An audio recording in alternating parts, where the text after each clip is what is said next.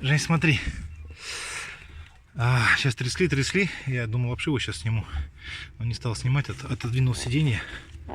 Ну, вот это, конечно, понятно, что она тут маленько поскрипывает. Вот, слышишь? Вот она. То паскуда скрипит. А еще вот эта вот хуйня не пристегнута.